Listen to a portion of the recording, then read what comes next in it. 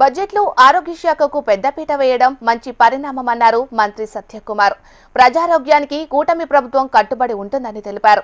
గతంలో ఎన్నడూ లేని విధంగా ఆరోగ్య శాఖకు 19,000 కోట్లు ప్రభుత్వం ఖర్చు చేయబోతుందన్నారు. గత ప్రభుత్వంతో పోలిస్తే అధిక ప్రాధాన్యతనిచ్చామన్నారు. రెవెన్యూలోనూ ఆర్థిక మంత్రి పయ్యావుల కేశవ్ తగ్గించే ప్రయత్నం చేశారని అన్నారు.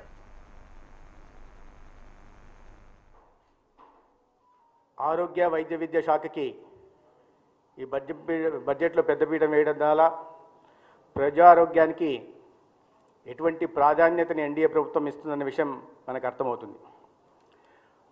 19,265 కోట్లు ఆరోగ్యం వైద్య విద్యకి బడ్జెట్లో కేటాయించారు. 3,22,000 కోట్ల బడ్జెట్లో ఇది 5.98, దాదాపు 6% ఆరోగ్యం వైద్య విద్యకి కేటాయించడం జరిగింది. గత ఆర్థిక సంవత్సరంతో పోలిస్తే ఇది 805 కోట్లు అదనం, అంటే దాదాపు 4% అదనం. కానీ 2023-24 గత వైసీపీ ప్రభుత్వం ప్రవేశపెట్టిన ఆఖరి బడ్జెట్తో పోలిస్తే 4,340 కోట్లు అదనంగా ఈ ఆర్థిక సంవత్సరంలో ఆరోగ్య శాఖకి బడ్జెట్ కేటాయించడం జరిగింది.